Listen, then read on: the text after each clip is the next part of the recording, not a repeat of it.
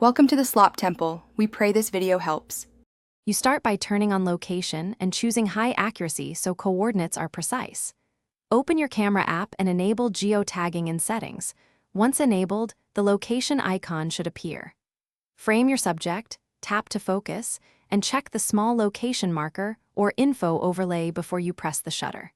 Make sure airplane mode is off and GPS has a lock signal.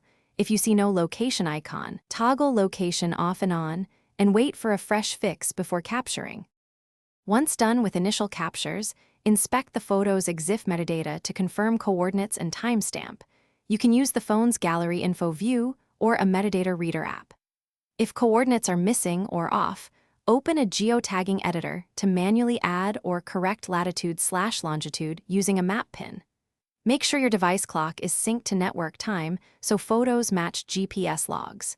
If you plan multiple shots, consider recording a GPX track to batch apply accurate routes to each image later.